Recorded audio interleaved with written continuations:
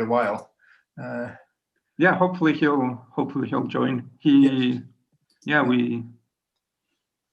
No, I didn't see him there, but anyways, it's. Whenever you want to start, one. We should start. Yeah. Well. Yes. Yeah. I'm ready to go. Okay. Well, then I'll make the introduction. Well, thank you everyone for coming. Welcome to this term's first session of our category seminar. We're very happy to introduce today's speaker, Bob Paré from Dalhousie University, who will be speaking to us about double categories of rings and bimodules. The title of his talk is A Case Study in Double Categories. We would like to encourage everyone to make questions at any time during or after the talk. Questions can be asked in Spanish as well. And in that case, we would be happy to translate, or if Bob wishes to, he can answer them directly. There will be time for discussion after the talk, and we would also like to encourage questions or comments during that time. Well, please, Bob, take it away. Thank you very much. Okay, thank you, Juan. It's an honor for me to be giving the first talk of 2021 in your seminar. My talk is going to be mostly expository. I gave so it's in two parts, and I gave an extended version of the first part in our seminar here in September. So we're a small, diverse group. You know, they're not all category theorists. There's some category theorists, and there's some computer scientists, some logicians, some algebraists, and we have graduate students and postdocs that come and go. And so I like to give at the beginning of the term a talk, but then I try different kinds, different approaches. Okay, so that's what I'm going to be doing today. So let's just get into it. Oops. So yes, let's see. Good. So part one. So the category of rings is a really nice category as far as categories go. Its objects are rings that are not necessarily commutative, but they have one, and the homomorphisms preserve it.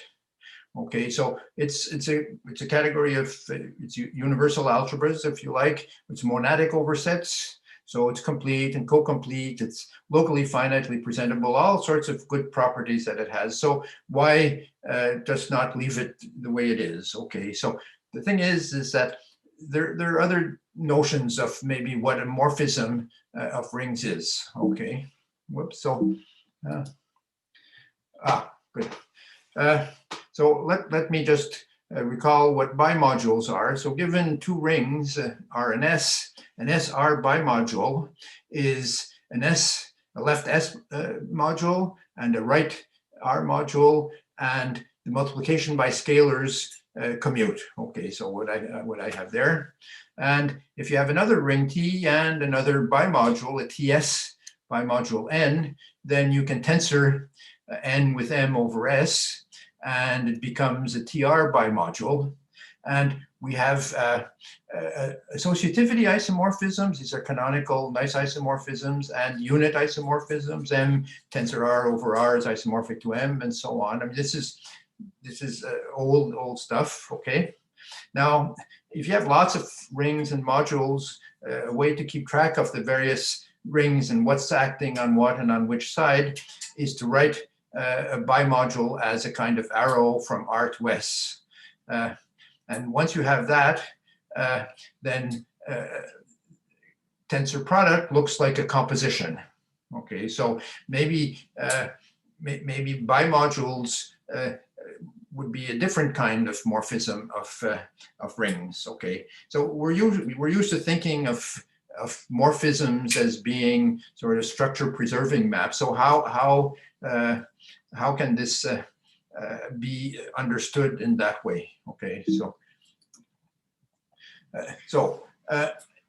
it's not a category. So let me just go back again here. You see, it's not the so-called composition here is not actually associative.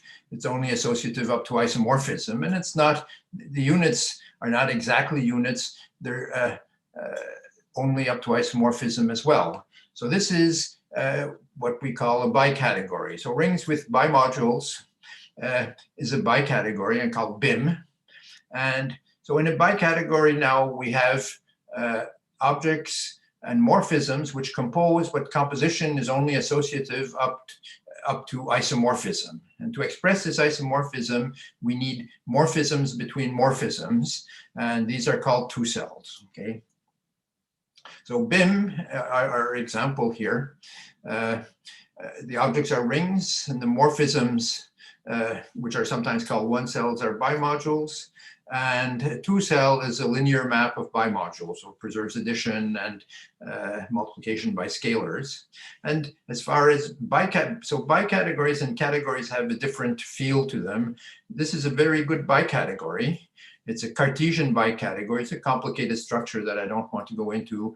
It's biclosed. So these guys here on the right, N under P and P over M, these are the internal HOMs. Okay, they're just the HOMs. Okay, this notation I took from Lambec's book. Okay, so we have now the situation where we have two different kinds. We have rings and we have two different kinds of morphisms. And which is the best? Well, they're both good, and we should keep both of them. So this is the kind of thing that double categories are made of. Okay, so a double category has objects like the A and the B and the C here, and it has some strong morphisms like F and G, and then it has, which we write horizontally, we call them horizontal, and we have vertical morphisms, which are the weak ones, like the V and the W here, and the horizontal and the vertical ones are related by double cells. Okay, so the horizontal arrows compose and give you a category, but also the cells compose. If you have another cell here like this, you can compose it. That also compose it horizontally. That also gives you a category. And the vertical arrows compose, but doesn't give you a category. It gives you a bicategory. Okay, vert A. And the two cells are these globular cells. So we call them globular because if you pinch the two A's together and the C's together, you get something that looks like a globe, if you like. Okay, anyways, we call these globular cells with identities there. And vertical composition now is so the horizontal composition is just denoted by juxtaposition, and the vertical one is by a black dot here. So the sort of mnemonic is that the vertical ones sort of are fancier, and so they use up more ink, okay, or pixels, if you like, id compared to one. Okay, so there you go. Whoops. So right. So here is an example that you can keep in mind, an example of double categories, double category rel. So its objects are sets and the horizontal arrows are functions, so that the horizontal part is just a category of sets, and the vertical arrow is a relation between X and Y, or a relation from X to Y. And as far as double cells, there's either 0 or 1, and there's 1 precisely if you have an X in X and a Y in Y.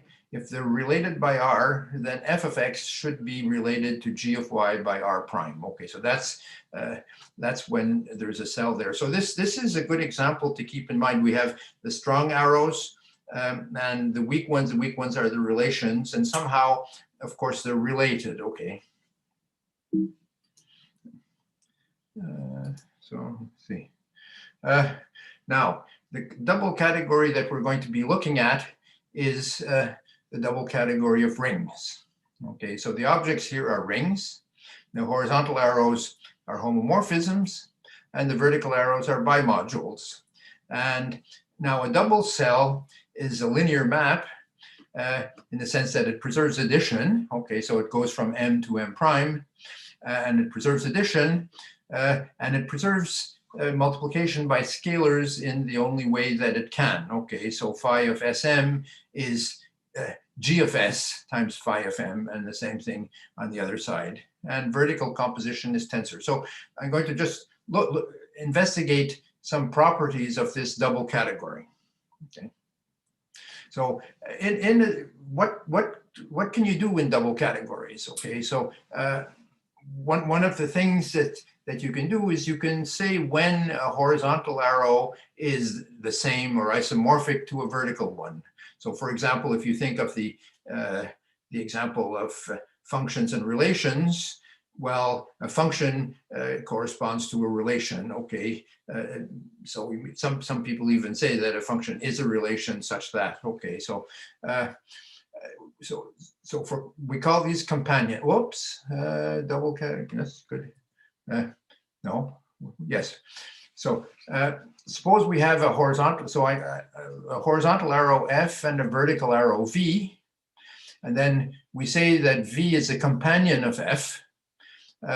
If we have binding cells, okay, so we have a cell alpha and a cell beta like this. So you see, you look here, this is F, this is V, and if you could compose these, which you can't in general, but suppose you could compose these, then you identity with V, F, so it looks like it's something going from V to F or F to V, and you have a beta, which is also similar going in the other direction. Okay, so V is companion of F if you have these binding cells, alpha and beta, such that when you compose them horizontally, you get a vertical identity. And when you compose them vertically, you get a horizontal identity. So this equals here with two dots, very useful notation. In fact, this composite here, alpha composed with beta vertically, is not exactly equal to this because the domain here, id A composed with V, is not equal to V. It's only isomorphic. It's canonically isomorphic. Okay, so what this means is that they're equal once you put in the canonical isomorphisms to make the boundaries the same. Okay, so that's what this is.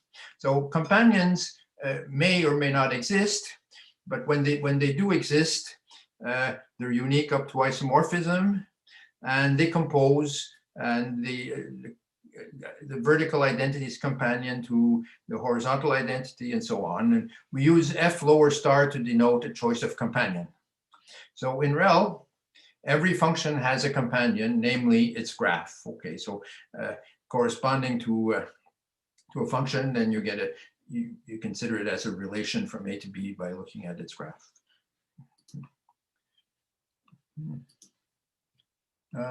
Okay. Good. So now what about in ring? Okay, so in the double category ring, every homomorphism has a companion. Namely, if you have a homomorphism from R to S, it's the bimodule S. Yes, it's an SR bimodule. The left action is just multiplication by S, and the right action is multiplication by f of r. Okay, so we can make yes, every homomorphism, then you can associate a bimodule to it, and given any bimodule, it's a companion of something, means that it's f lower star for some horizontal arrow, if and only if it's free of rank 1 as a left S module. And homomorphisms corresponding to different free generators are related by conjugation by a unit in S. Okay, so I'm going to give a proof of B and C. So this is really very, it's trivial. Okay, it's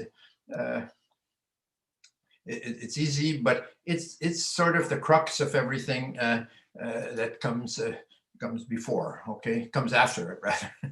Okay, so suppose we have a bimodule which is freely generated by M. How do we get a homomorphism out of it? Well, for every R, M times R is an element of M. So there's a unique S such that SM equals MR. Okay, so that's f of R is going to be that S. So that F is uniquely determined by MR equals f of RM. Okay, so, and I just show you why it's a homomorphism. So if you look at f of R1 plus R2, multiplied by m.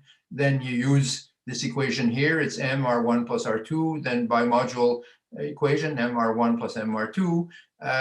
And then flip the things back over into f's. You get fr1 m plus fr2. Then you factor it out. So because m is a free generator, we get that f preserves addition and preserves multiplication. It's exactly the same. This is I know this is trivial, but everything else sort of is like this, except that notation is a lot more complicated.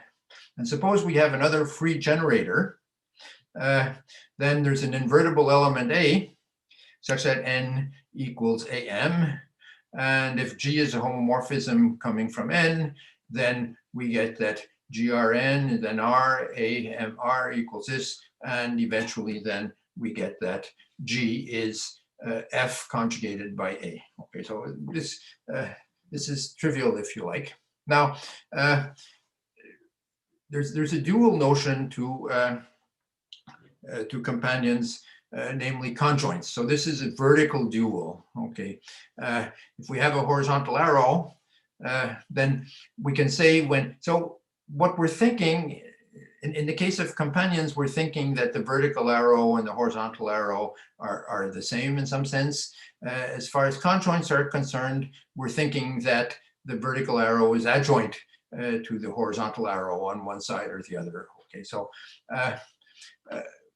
good. So we say that vertical arrow is conjoint to f if we're given cells, which we call conjunctions, psi and chi, like this, such that. So you see now FV, an identity. So you think maybe this is like the unit of an adjunction, although that doesn't quite make sense, but that's what you're thinking. And this is the co-unit of the adjunction. So you have these two cells here, psi and chi, and you compose them horizontally, you get a vertical identity, and you compose them vertically, you get a horizontal identity. So in ring, every homomorphism from R to S also has a conjoint. It has companion and a conjoint, which we denote F upper star. And it's again S, but this time the actions are on the other side. Okay, so that's the same thing. Okay, so this says homomorphisms correspond. So I'm trying to sort of understand how bimodules are morphisms in some sense or other. Okay, so homomorphisms correspond to bimodules that are free on one generator, free as S bimodules. Okay, so don't say anything about R. Okay, so suppose instead of having something that's free on one generator, we have something that's free on two generators. What would happen? Okay, so suppose that M is free on M1 and M2. Then you take M1 multiplied by R. This is an element of M, so it can be written uniquely as a combination of M1 and M2, an S combination. So you get S11 and S12, and the same thing for M2R. You get S21, M1, S22, M2. Okay, so if you denote now these S's are uniquely determined there, so we denote them by Fij of R. So to each R, we associate a 2x2 matrix in S. Okay, so rank P is the same as rank 2, except, well, it's the same as rank 2 if P is equal to 2. Okay, so you take, suppose that M is free on P generators. So what sort of thing are we going to get? Well, we take the MI, multiply them by R, write them as an S combination of these things here. Okay. Then what happens is that this F here, which maps R into matrices, is actually a homomorphism from the ring R into P by P matrices. Okay, so if you have any matrix valued homomorphism, so a homomorphism from R into P by P matrices in S, induces an SR bimodule structure on S to the P. Okay, so the left action is just multiplying through by s. So s to the p is just the row vectors. Okay, p vectors are, you know, 1 by p matrices, if you like. And on the right, you multiply by f of r. F of r is a p by p matrix, and so you can just multiply by that. So any matrix valued homomorphism from R into p by p matrices in S gives you an SR bimodule structure on S to the p. And any SR bimodule which is free on p generators as a left S module is isomorphic to S to the p with the R action induced by a homomorphism from R into SP. So it's saying we're getting this correspondence between bimodules that are S free of rank P and homomorphisms from R into matrices. And then homomorphisms corresponding to different free generators are related by conjugation by an invertible P by P matrix. So see, this is completely parallel to the simple example I did, and the proof is the same, except that you have to put little subscripts all over the place. Okay. So I just would like to show that amongst these homomorphisms into matrices, there are interesting things going on. Okay, so just a few examples here. If you have two homomorphisms of rings and you add them, it's not a homomorphism. It doesn't preserve multiplication. And if you multiply them, then it doesn't preserve addition and or nor multiplication in general either. You know, so adding and multiplying two homomorphisms, but you can combine them into one homomorphism into 2 by 2 matrices. Okay, like this. So just moving this up a little bit, we can get derivations. Suppose that we have a homomorphism from R to S and D an F derivation. So a derivation is a function from R to S that preserves addition. It doesn't preserve multiplication, but it satisfies this Leibniz rule here. Okay, so D of the product is D of the first times F of the second plus F of the first times D of the second. Okay, so this, and these correspond to homomorphisms into MAT2 this way here. Okay, we send R to this lower triangular matrix with F of R on the diagonal. So derivations are part of the morphisms that are sort of hidden in bimodules. And we can generalize this a little bit if instead of taking the same thing on the diagonal, we look at simply lower triangular matrices, then a homomorphism from R into 2 by 2 matrices that factors through these lower triangular matrices here corresponds to a pair of homomorphisms and a derivation D from F to G. Okay, so it's the same thing. The Leibniz rule now has the F and the G built into it. So, you know, there are other examples as well to show that this sort of bimodules that are free on as S modules are of rank P have interesting kind of morphisms in them. Okay, so now let's bump up our category of rings. Okay, so suppose we have a homomorphism from R into mat P and another one from S into mat Q of T. Okay, so P by P matrices, Q by Q matrices. And I'd like to sort of try and figure out if we can compose these, or maybe we have to take the P equals the Q, or what is there a way of composing them? Well, they correspond to bimodules. This S to the P, this is just, you know, the, yes, the direct sum of copies of S, P copies of S. And this one here corresponds to T to the Q. And we can compose bimodules. So we compose them by tensoring. Now, S to the P is as a module. It's just a direct sum of copies of S. Okay, P of them. and tensor preserves direct sums, and so that we have then that TQ tensor SP is isomorphic to TPQ. So this doesn't exactly tell us how to compose the F and the G, but it gives us a hint. And what comes out of it is that the composite, GF, is this composite here. You go from R into mat P by F, and then you apply mat P is a functor. So you apply that to G, and you can go then into P by P matrices of Q by Q matrices in T, and a P by P matrix of Q by Q matrix is the same thing as a PQ by PQ matrix. Okay, so this then gives us a composite. So the way we compose is we first apply F to an element R in R, and then we get a P by P matrix in S. And then we apply G to each of the entries separately. So now we get a P by P block matrix of Q by Q matrices. Then we sort of erase the brackets inside, and we consider this as a PQ by PQ matrix. Okay, so with this composition now, we get a graded category I call mat ring.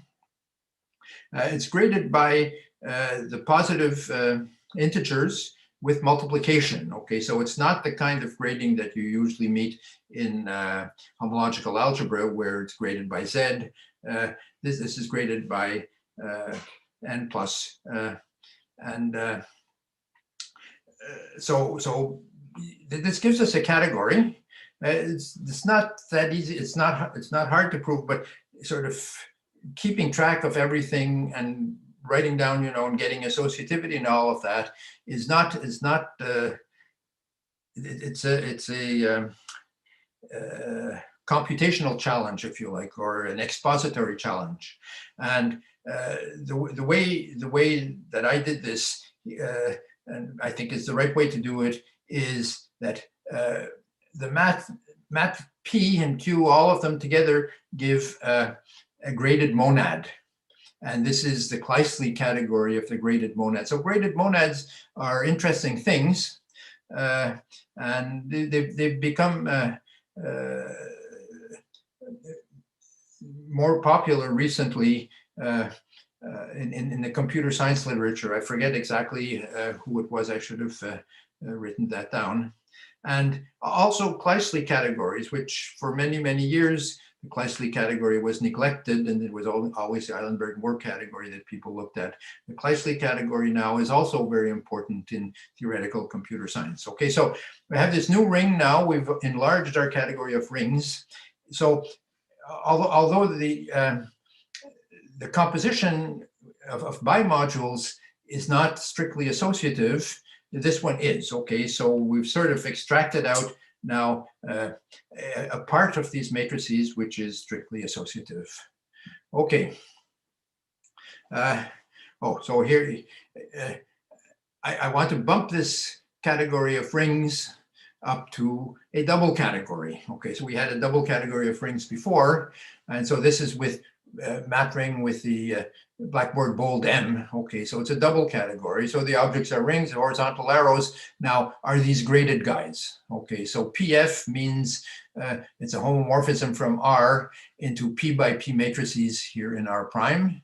The vertical arrows are just bimodules as before, because yes, okay. And now what about a cell? Okay, a double cell. So you have a bimodule M and a bimodule M prime, and now you have a graded homomorphism, but of degree P, and another homomorphism of degree Q, G. So what is a cell like this? Well, it's a linear map as before into this this bimodule here, Q by P matrices in M prime. So you take Q by P matrices in M prime, and you can act on the left by multiplying by these Q by Q guys, or you can act on the right by multiplying by these P by P guys. Okay, so this becomes a bimodule, and then a cell is simply a linear map as we did for ring there, okay. So this is a double category. So again, you know, there's work to be done here, and it's mostly bookkeeping work, you know, but it's complicated bookkeeping work. And the theory of graded monads here is very helpful. Okay, so in mat ring, it's a double category, as I say. And every horizontal arrow has a companion and a conjoint. That's the same as for ring, but now we have more arrows. And the guise of degree 1 is just ring itself. Okay, so now we've enlarged our category of rings, but we've also enlarged our double category of rings. Now, here is a notion, Cauchy Completeness, which comes from it's Leviere's theory of Cauchy Completeness in the case of enriched category theory, where he looked at categories enriched in the extended reals, extended positive reals, and saw that they were generalized metric spaces, and Cauchy Completeness corresponded to some adjointness being representable. Okay, so this is sort of like, it's far from Cauchy complete. Okay, it's a generalization of a generalization of a generalization, but it's the logical outcome of this. So we say that an object B, so first of all, suppose that we have a horizontal arrow that has a companion and a conjoint. Then the conjoint is actually left adjoint to the companion in this bicategory. So we can talk about adjoints in any bicategory. And so if you have a homomorphism, not a homomorphism, any horizontal arrow which has a companion and a conjoint, then the conjoint is left adjoint to the companion. Okay, and we say that B is Cauchy complete if every adjoint pair of vertical arrows, so V left adjoint to U, is of this form here for some F. Okay, so this is an important concept for double category. It was important for enriched category theory, and then it went up to bicategories, and now I'm just moving it up a little, one step further to double categories. And A is Cauchy if every object is Cauchy complete. So this is a good property. Double category may or may not have, okay, but it's a good property to have. And for example, rel is Cauchy. So every adjoint pair of relations actually comes from a function. Okay, so this is in calculus, we often say that the inverse of a function is not always a function, it's just a relation, and it'll be a function if the original one was 1-to-1 and onto. Okay, but it's not actually inverse. Okay, so if you have a function and you look at the opposite relation, it's not the inverse of the graph. Okay, it's the adjoint. Okay, so in any case, rel is Cauchy. Every adjoint pair of relations it comes from a function. Now, for bimodules, so this theorem is well known, and it's not hard to prove. So you can talk about bimodules forms a bicategory. In bicategory, we have adjoints, and a bimodule has a right adjoint in BIM if and only if it's finitely generated and projective as a left S module. Okay, so that's so we're sort of moving up now from free of rank P to finitely generated and projective. Okay, so yes, so this, as I say, this is a well-known theorem.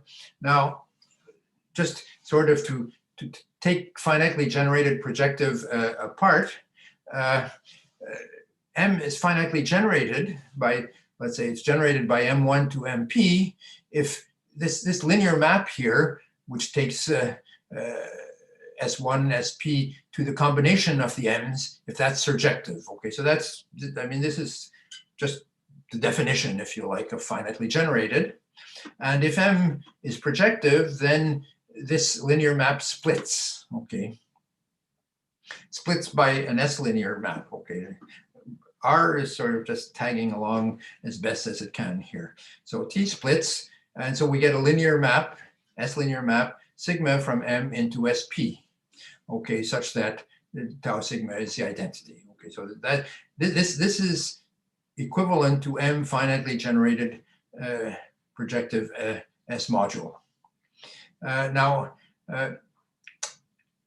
if you look at the components of sigma, so sigma 1 to sigma, so these are maps, linear maps from M into S linear maps, then the splitting means that we have this equation here. Okay, so we take we take the sigma of the m's and multiply them by the m's and add it up, we get m back again. I mean, that's this equation here.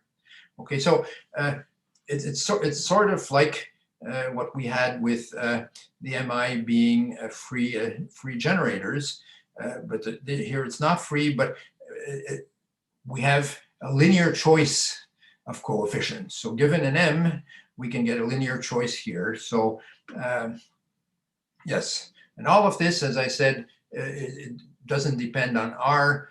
R is just sort of waiting there to do something soon. Okay, so now here's it's going to do something right now. We take the MIR, and now we can write them as a linear combination of these MJs. So these guys here, as I say, are not unique, but they're given by the sigma. Okay, so they're given linearly. So it's the same formula as I had for mattering on frame 15 before. Okay, so it's simply we let Fij here be the sigma j mi of R. Okay, and so that just means that mi of R is Fij R Mj. Okay, so what do we get from these Fijs? I mean, we get a matrix. So what we get is a homomorphism from R into P by P matrices, but it's not necessarily unit. It doesn't preserve one. Okay, so this is a bit of a heresy, because if the rings have one, they should be preserved. But this is what this corresponds to. And any homomorphism like this comes from a bimodule which is finitely generated and projective. Again, just as it left S module. And then two representatives, PF and QG of the same bimodule, are related as follows. So this is a bit complicated, and don't expect you to sort of absorb this right away. Actually, I even forget exactly what it is, but they're matrices, P by Q and Q by P matrices, which somehow relate the F and the G, which this corresponds to them being conjugated by an invertible matrix before. Now this is this. Okay, so I mean, this is sort of important because finitely generated projective, the M's are not only are the M's not unique, but even the P. Okay, so you could have different finitely generated projective, you could have different number of generators. Okay, so you have to sort of tie down how they're all related. So these have appeared in the literature. They're called amplifying homomorphisms. So non-unital homomorphisms. So this is quantum field theory, which I know absolutely nothing. There are all these words here: quantum symmetry and braid group statistics in G-spin models. Okay, so I know what and means, but that's basically it. So I'm not sort of saying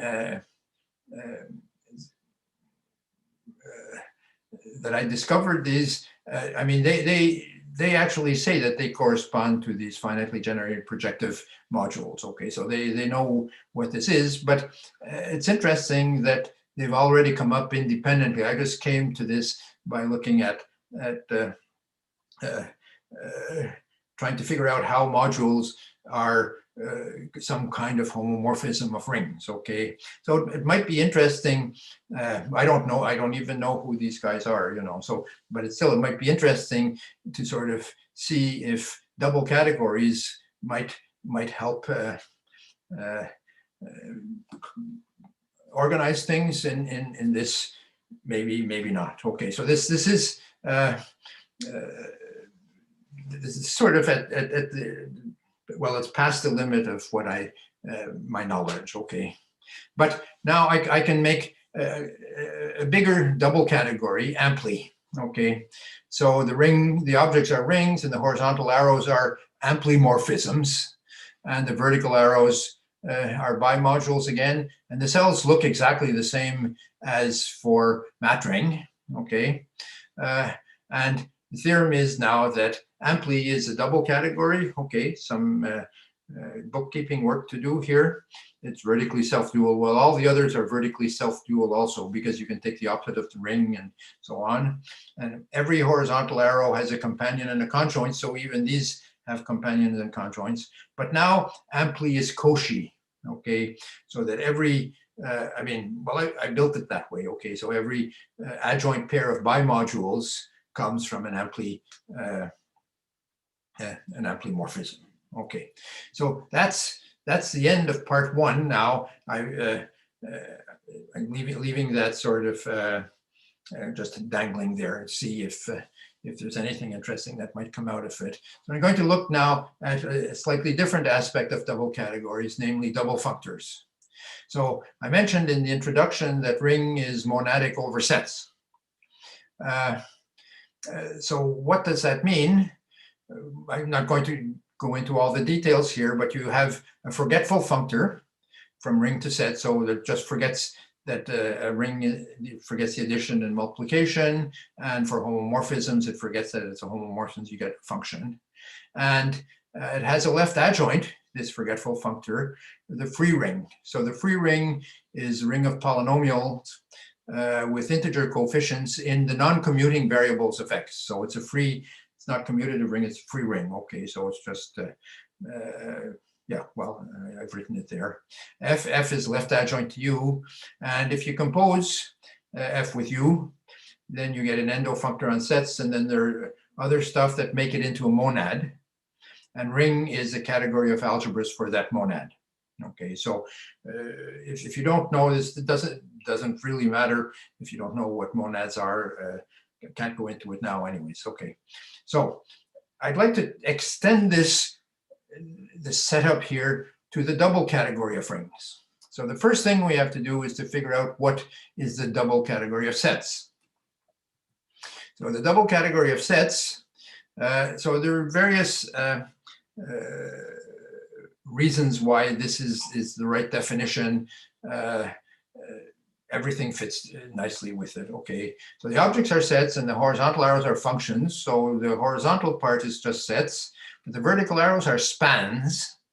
A span from x to y is a set A together with two functions or projection functions from a to x and a to y. Okay, so a span is simply a set together with two functions like this. And vertical composition, well, oh yes, cells are span morphisms. So a cell alpha from a span A to a span B is simply a function from A to B, making these two parallelograms here commute. And vertical composition uses pullbacks. So how should we understand spans? So a span, I think, should be thought of as a constructive or intentional relation in some sense. Okay, it's suppose we have a span A from x to y. So take an element of x and an element of y. How can they be related? Well, they're related. So I'm thinking of it as a kind of fancy relation. Okay, they're related if there exists an A such that x equals P of A and y equals Q of A. So there's an A here projecting down to the x and y. Okay, so A is the reason that x is related to y. So we can write this as x tilde sub A, y. So this explains maybe why vertical composition is given by pullbacks. So suppose we have here a span from x to y, A, and another one from y to z, B.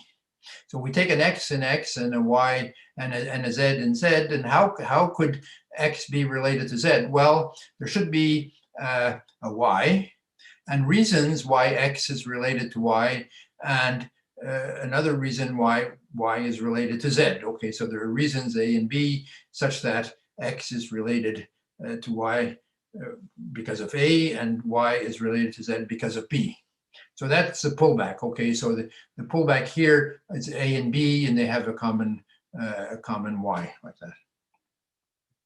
So let's look now at the forgetful functor. So I've set up, I have the double category rings and the double category sets, and so we should have a forgetful functor here. So U of R is just the underlying set of R, and U of F is a homomorphism, it's just the underlying function. For bimodule, it's a little bit funny maybe. So given a bimodule M from R to S, then we get a span where U of M consists of these triples, S, M, R, such that SM equals MR. Okay, so you might think this is funny, and I'll try and explain where it comes from. And for a cell, so that's a linear map phi like this, we simply take the triple SMR and send it to GS phi M FR, and it's easy to see that it satisfies this condition here. Okay, so this is the forgetful functor of some sort to U. Okay, so why would we take this U? So just remember, when M is free over S on one generator M, it induces this homomorphism. F of R is the unique S such that SM equals MR. That's where I started from. Now, if M is not a free generator, then we still get a relation. We don't get a function now. We don't get a function of R, but we still get a relation, but it's a constructive one. So M is the reason why S is related to R. So S is related to R by M if SM equals MR. And this is, SMR is a really nice relation. It's a sort of a ring congruence, although can't be a congruence because it goes, it's not going from, it's not just on one set or one ring, it's going from one ring to another. So it's a kind of congruence. It preserves, it respects addition and multiplication and identities, but it satisfies this condition here. Okay, so S is related to R, and S is related to R prime, and S prime is related to R prime, then S prime is related to R.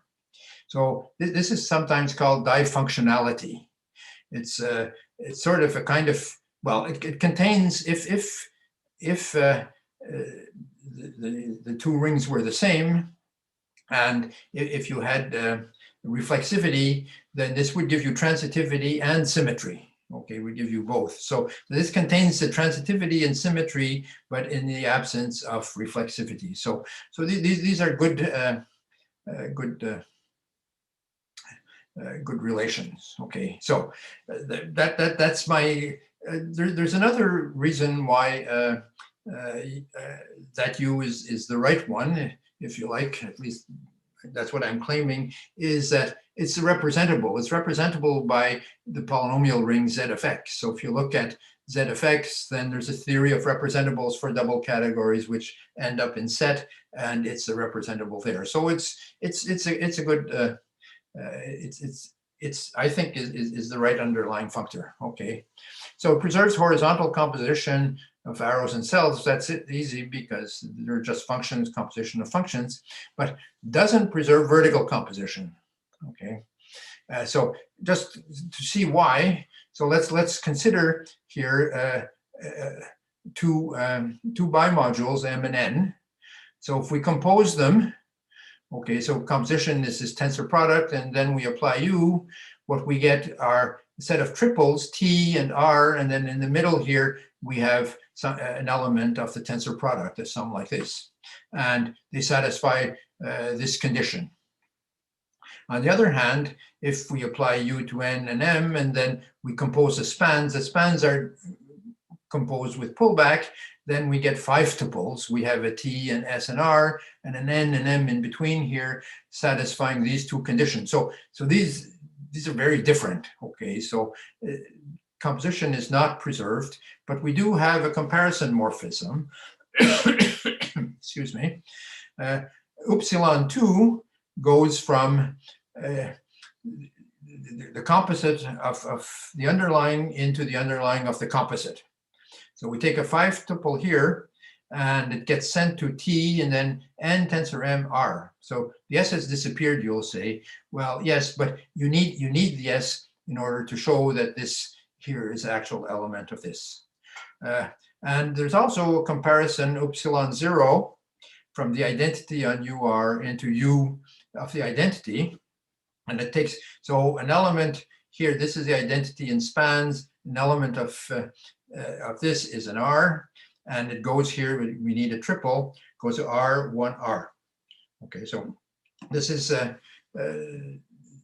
these are the comparisons that you get for U. So what this is actually, it's a lax double functor.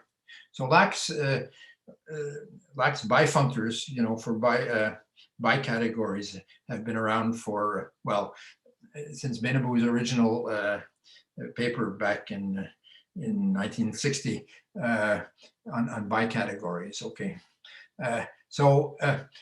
this is just bumping it up to double categories. They're both horizontally natural, and they satisfy some associativity and unit conditions. So it's the same as for lax functors of bicategories, but it's not, they're not just lax functors of the horizontal bicategory, because the naturality here is for all cells. Okay, so it's a little bit stronger naturality. Okay, so this is what a lax double functor is. So now suppose we have lax double functor.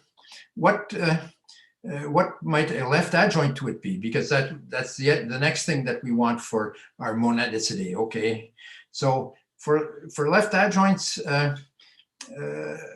to lax functors, what we need then is, first of all, we need an adjoint, a left adjoint at the level of objects and horizontal arrows. So it's a horizontal adjoint here. So for each A, we have an f of A and a natural bijection between morphisms from A into UB and f of A into B. So this is just a junction sort of at the horizontal category, okay? But we also need to have a left adjoint for vertical arrows. So for each vertical arrow V like this, we need a vertical arrow f of V like this, such that we have a bijection between cells going from f of V to W and cells going from V to UW. So this is also an adjoint between ordinary categories built out of our double category. But it's crucial here that this f of V is not just merely an adjoint to U at this level here, but that the domain and the codomain come from these guys here. They have that we need. Okay, so the vertical domain and codomain of f of V must be the f of A and f of A prime. Okay, so that's what a left adjoint is. And then we can just use the Mates calculus for adjoints to show that this makes F into an oplax double functor. So oplax is the dual of lax, where the upsilons now are going in the other direction. Okay, so this is a general situation for adjunctions between double categories. So adjunctions between double categories usually come up as the left one is oplax and the right one is lax. Okay, and this is not just sort of, I motivated it here with this example, but there's a double category of double categories where the horizontal arrows are lax functors and the vertical arrows are oplax functors.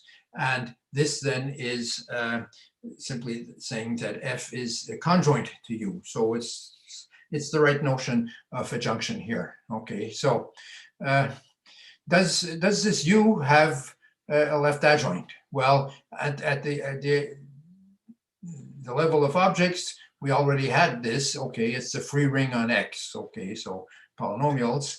And this is just sort of basic adjoint category theory. Okay, it's just if you have a span like this, then oh yeah, I thought I changed that to A. Okay, so this should be f of A here rather than X. The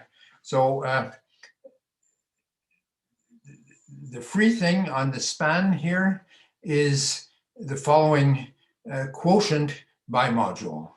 So zy a zx is the free zy zx bimodule generated by A. Okay, so it's finite sums of things like this. We have sort of polynomial here in the y's, and then we have an A in the middle, and then a polynomial in the x's. And the QAP is a submodule, subbimodule generated by, we take an A, and it projects down here to a y by q, and to an x. And so this here is something of that form, QAA minus A PA, and then we mod out by those. Okay, so it's not really very informative, but you can calculate with it. And F is truly op-lax, so it's not pseudo, so that the comparison maps are not isos, not even normal. Okay, so it doesn't even preserve the identity. So let's see now what we get with this. Okay, so we have just in general here an op-lax adjunction.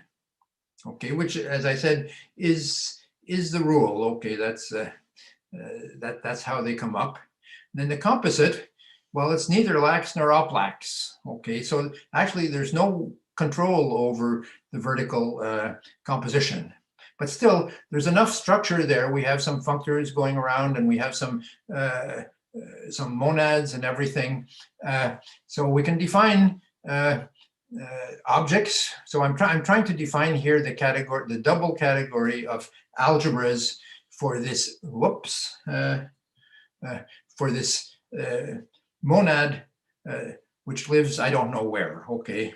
So I'm trying to define a double category for that. So the objects are going to just be T algebras. So this is the usual definition of T algebra for a monad. We have enough structure for that. And the horizontal arrows are homomorphisms. There's no problem there. And vertical morphisms, these are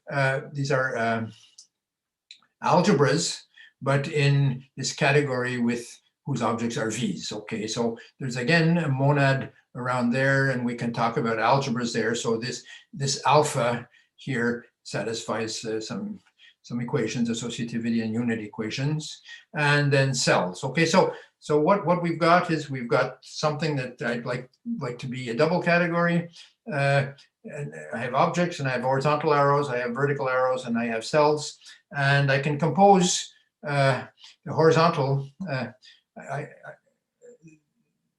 horizontal arrows, and I can compose cells horizontally, but there's no way to compose the vertical arrows. And of course, if you can't compose the vertical arrows, then you don't even know where to start with cells. Okay, so I put this in green here. Okay, so we have a forgetful something and a free something and a comparison something into a something here. Okay, so they're horizontally functorial, but that's about it.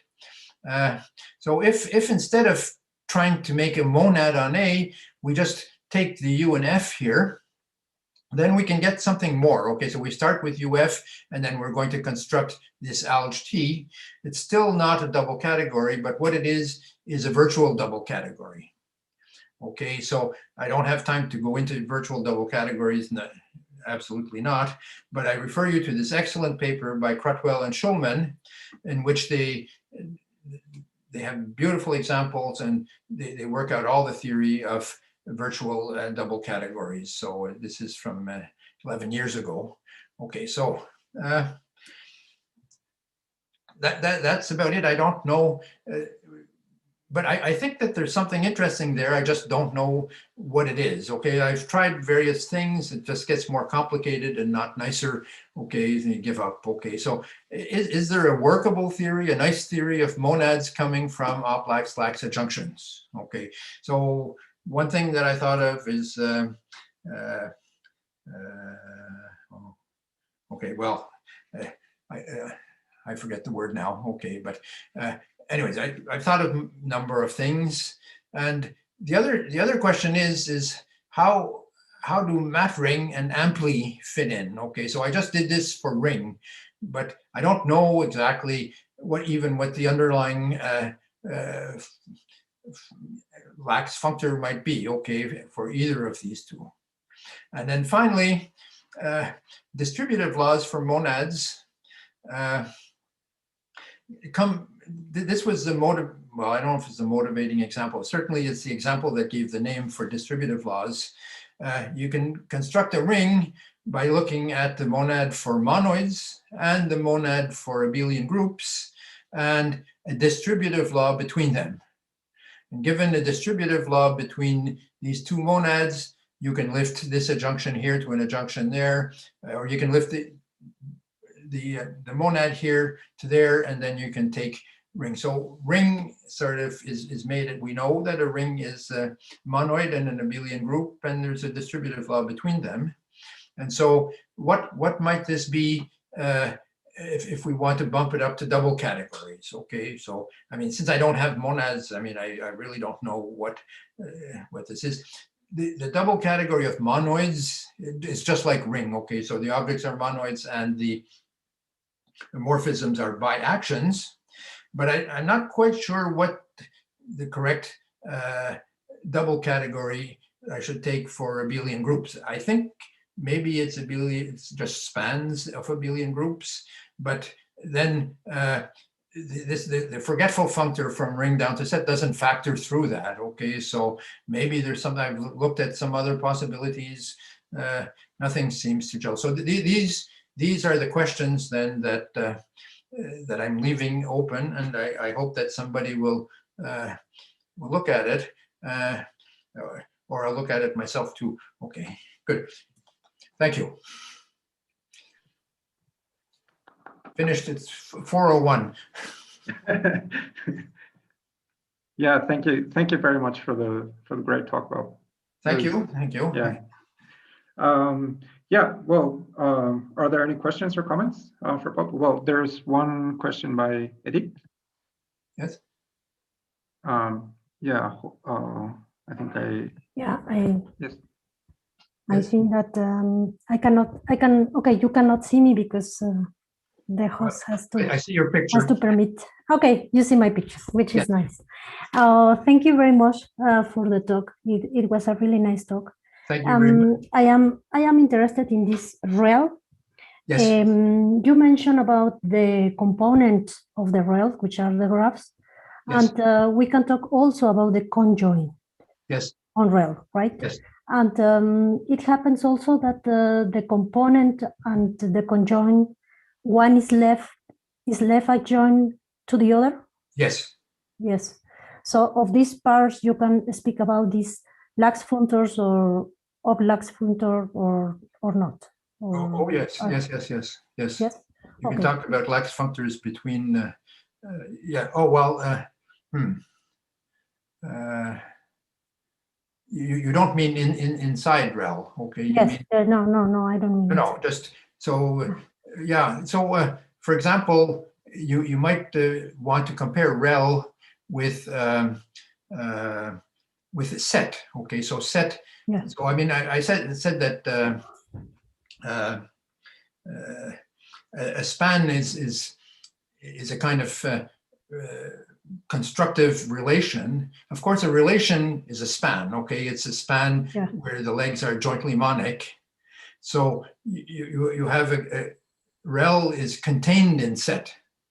Okay, and but the containment is not a double functor. It's well, it's lax or oplax. I forget which, and it has an adjoint on one side or the other, which will be oplax and lax. Then okay, whatever it is. Okay, so these two categories, set, we might call it span if you like, and REL are related by an adjoint pair like this. Okay, so yes, I mean these lax, oplax adjunctions come up everywhere.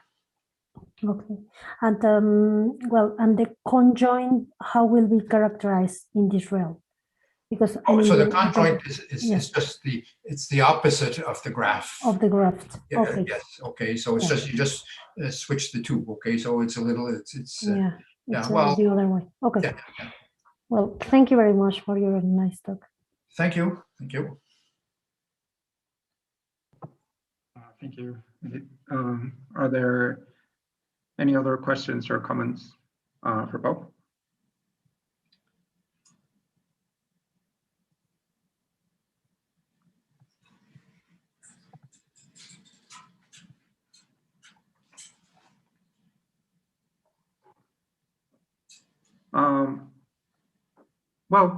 Yeah, I guess I do have a question or a comment. Yes, yes. Yeah, sorry. So, yeah, I don't know. When you were constructing the double category mat ring. Yes. Yeah. Well, I don't know, the technique of using the Kleisli category of the graded monad, that was very beautiful. Yeah, I just wanted to say that I really liked it. Oh, okay. Yes. Very nice idea. So when you try to prove anything about this, you end up getting sort of, when you're trying to prove that mat ring is a double category, you end up getting a problem with, you have matrices of matrices. Okay, so you have sort of like 4 subscripts, yeah. and you want to make them into 2. So you sort of string them out, and you get completely sort of confused in all of the bookkeeping. And so doing the graded monad does all of the bookkeeping independent of all of this. Okay, so it's just pure bookkeeping, and so you can do this. But I think Clément Berger is one of the persons who wrote stuff on graded monads. Okay, so and his Kleisli construction is not the same as mine. So this is something I think that has to be cleared up. At least for me, it has to be cleared up. Okay. So yeah. Yeah. Yeah, I think I had another question. Well, yeah, can you do this construction generally? Like, so if you have a double category and you have a monad over, or a graded monad or whatever on the horizontal category, can you upgrade that into a sort of mat something? And would that be interesting? I don't know if you can, but it would be interesting. I think, I mean, there's something to do. I haven't actually looked at that. I've looked at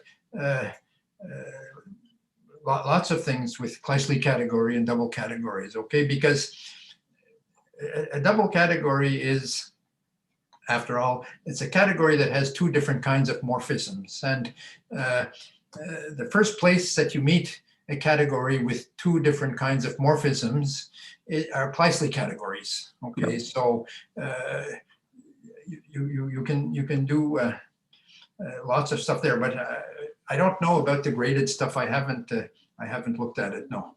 Okay.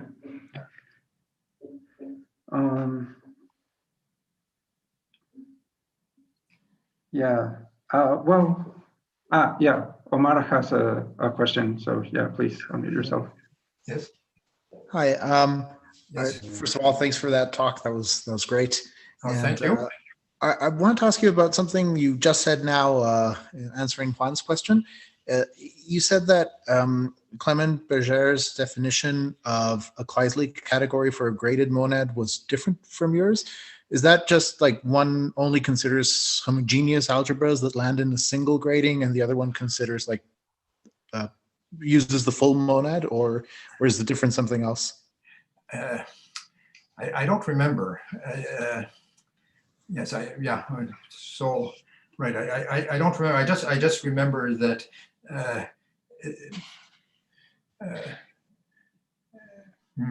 Yes. I don't think he was getting a graded category. So for a graded a graded monad, if you look at the Kleisli category, it's naturally a graded category. Okay? Right. But now, I mean, you start off with just one category, and then graded monad, and then you get a graded category. So I don't know that. If you try to do Eilenberg-Moore algebras, then it's also doesn't quite work. I mean, there's simply something that that still has to be understood about graded monads, and they're Kleisli categories. So the Kleisli category, if I remember well, was not a graded category. Okay, so I think instead of like what I take is I just take a map of degree P is a map from A into T sub P of B. Okay, Right. Whereas I think he took maybe all of them together. Okay, so that you have just one morphism, but it's a whole bunch of guys. Okay, so I'm not sure. Okay. Right. Yeah. I'll look it up. Thanks. Yeah. Okay. No, I look it up too. And so these questions you put up on the last slide. Yes. There's this problem of trying to define a theory of monads for these adjunctions where one functor is lax and the other one is oplax. Yes. I mean, my first reaction is that that's just hopeless. What structure is left if you compose a lax with an oplax thing? But you think did you have any idea of where to go along? I'm actually very confused by non-invertible two cells. I'm a homotopy theorist, so I like everything invertible. Right. And yes. I would just try to restrict to where they're to where they are monoidal. Where they're like pseudo. Pseudo. Yes. Yes. Yeah. But in these examples, that leaves you with nothing. So that's probably not interesting. But do you think there's a hope for some sort of structure left after you compose a lax thing with an oplax thing? Yes, I think so. Yes. So one thing is that if you look at you want to get a comparison between T of the composite and the composite of T. So you look at what you have, and you get two arrows going in the opposite direction. Okay, so if one of them were invertible, you'd get a lax guy, and if the other was invertible, you'd get an oplax guy. So, but they're going in the opposite direction, so it's a span. Okay, so maybe so maybe you keep those together, and you have spans comparing them. I mean, I don't know. Yes. So. I mean, that's one thing. Yeah. As I said, it got more and more complicated. Okay, right. Try to write this down, and then you have to look at what happens with T cubed. Okay, and to write down associativity, and then it's a whole mess. Okay, so yeah, I mean that's one possibility. I'm sorry, I have having a senior moment here. I still can't remember if you take the category of sets to delta. Okay, so you're a homotopy theorist. The category of sets to delta, those are what are those? To delta, those are co-simplicial sets. Yes, simplicial sets. That's the word that simplicial is okay. With delta. Yeah. Okay, so. One other direction is that maybe you have to go to simplicial categories rather than double categories. Okay, I'm hesitant to go there because there's a lot of stuff done about simplicial stuff, and I don't know it, and so it's also like Verity's thesis, for example. Came to this conclusion. He came to this conclusion that you had to consider simplicial categories rather than double categories. Okay, but somehow it seemed I think you would get a simplicial monad, and you could do stuff with that too. Okay, so that's another sort of direction. Okay, so there's a lot of structure hanging around there. It's just a question of maybe organizing it into something nice and manageable. No, that's very interesting, and certainly it's better than my first reaction. There's just nothing you can do. Yes. Oh well, there's something you can try anyways. Right. Great. Thank you. Thank you.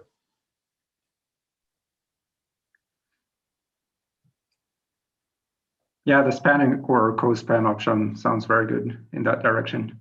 Yes, well, that's yes. Yeah. Yeah, by the way, I love the explanation of spans as intentional relations. Oh, yes. That was very nice. I think I think that's what people had in mind when they. Yeah. It must be Benabou who defined spans, but well, I don't know who, but yeah, it's right. Yeah. So I've also looked at a whole bunch of variations for what AB might be. Mm. One thing that I thought of but didn't give me anything at all, but I just mention it. If you look at ext, so ext is a graded thing, okay? Yeah. And it's sort of extending Hom, okay? Right, so it's the derived functors of Hom. And so I thought maybe you could put abelian groups and then put extensions as vertical arrows. Okay, so certainly you would have the homomorphisms would be in there and so on. But I can't get any idea, sort of like what an extension, how an extension might be a generalized homomorphism of abelian groups. Okay, I mean, just. But you know, so this is another graded thing, okay? Yeah. Maybe, yeah. I don't know. Anyway, I wanted to just. I've been sort of looking at this, and I wanted to end up on some sort of just point where I'm lost. Okay, so I sort of think of my talk as being a sightseeing tour of double categories, and so I start out in the morning and I walk, and then I look at some direction where it's most interesting and keep going. So I'm following a gradient and arrive at something something interesting. Yeah. But then I'm lost. Okay, so I go back and rest and have something to eat and start out again, and again I end up lost. Okay, so that's that was my my plan for my talk. I think Omar has another question. Or... Yes. Yep. Well, I actually didn't. I raised my hand by accident, but now that you mention it, I do have a comment. One way in which extensions of abelian groups are some kind of generalized morphism is in the derived category, right? An extension from A to B is a morphism from A to B shifted by 1 in the derived category of abelian groups. Yeah. Yes. But probably don't want the shift is the weird thing. Or maybe you should just take the grading. Yeah. I must say that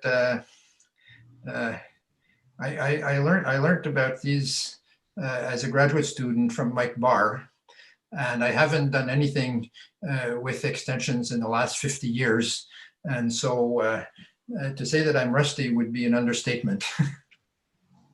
But I think.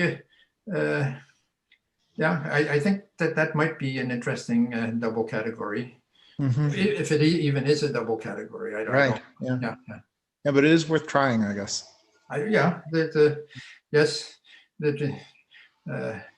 I remember I saw Linus Pauling on TV, and his granddaughter said, you know, how do you get so many good ideas, Grandpa? And he said, the trick is to get lots and lots of ideas and then throw away the bad ones.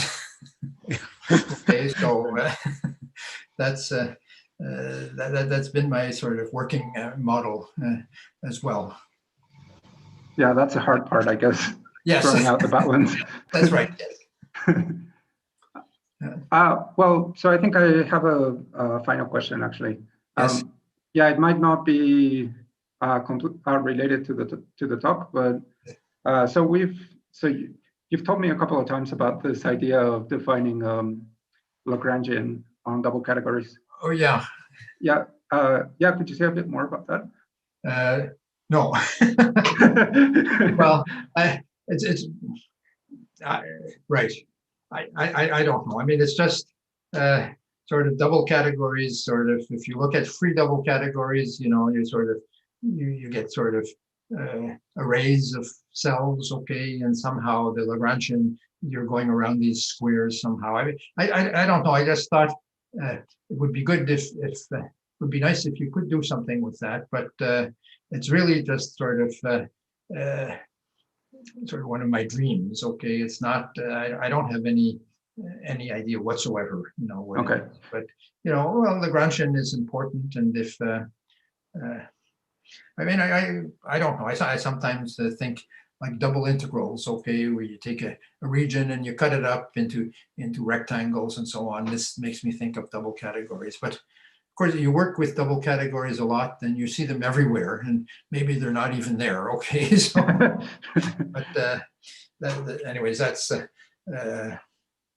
yes. I would like to do something with that, you know, but. I have no idea at all. I mean, it's just pie in the sky. Yeah. Yeah. Yeah. Well, it sounds. Yeah. It sounds interesting. It sounds something like could actually be done, I think. Or yeah. It could. Yes. Maybe. Yes. Yeah. Yeah. Okay. Well. Yeah. I think.